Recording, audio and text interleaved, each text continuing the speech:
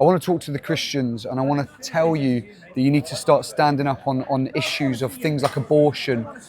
250,000 babies a year in this country alone are being brutally murdered, and the church is relatively silent.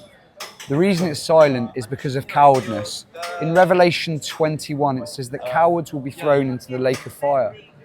Guys, it is a sin to be cowardly, to be a coward. It is a sin to not speak up for the unborn, for those who cannot speak for themselves. And Christians are being silent. When the recent bill came in about assisted suicide and abortion up to the day of birth, the church's silence was deafening. We're at the Labour conference in Liverpool, and there's about 12 Christians here standing up for the unborn babies. Only 12. Bearing in mind there is many paid pastors, many paid Christians in this country, and yet none of them are here. Like, what are we doing as a church in this country?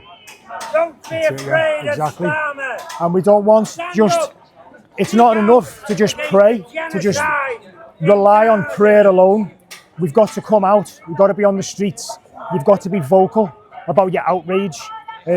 We know people are outraged about this type of thing.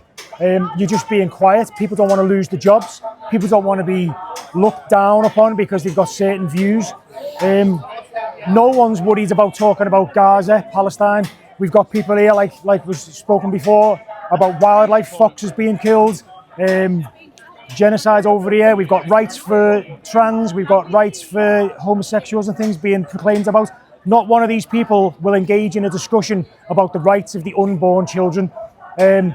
Several people talking about Gaza, 20,000 children, this, that and the other.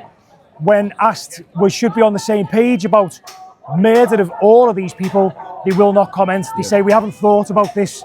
They're not discussing it. They're not thinking about it. They need to go away and think about this. A lot of them have refused. They want rights for trans. They want rights for certain humans, but not for babies. When confronted on the contradiction in that, they just walk away. Haven't spoke to us at all. They will not acknowledge any contradiction at all. We need strong Christian men to get together, to get out on the streets, to talk about this in nice debates with people. They don't always have to be heated. We need to engage in discussions and call out all of these contradictions. We want life to be precious, all life to be precious. We should be here talking about it.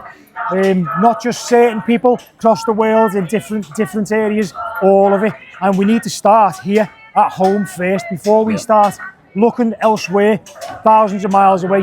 We need to start with these 250,000 helpless babies that are murdered every year. Yeah, and many Christian men come to us and they're like frustrated because they don't know where to get their teeth stuck into. They're like, oh, there's nothing in the, what can I get my teeth stuck into?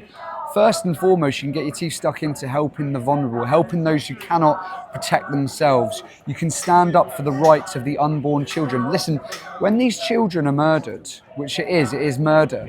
It is not harmless murder. They are in pain when they are killed. Research is coming out now that when they are killed in the womb, it is painful for these children.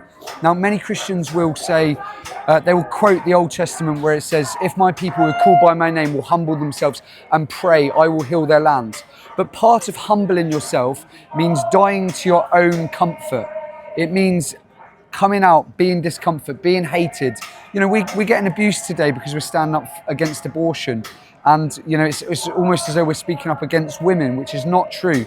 But humbling yourself means I don't care what anyone thinks of me. I'm standing up for the vulnerable. I'm standing up for the lost because that is what God requires of me. Men, women of the church, we are calling you out to stand up against these issues. Take a stand and be serious about it. Not just praying, but actually standing out and speaking against these issues.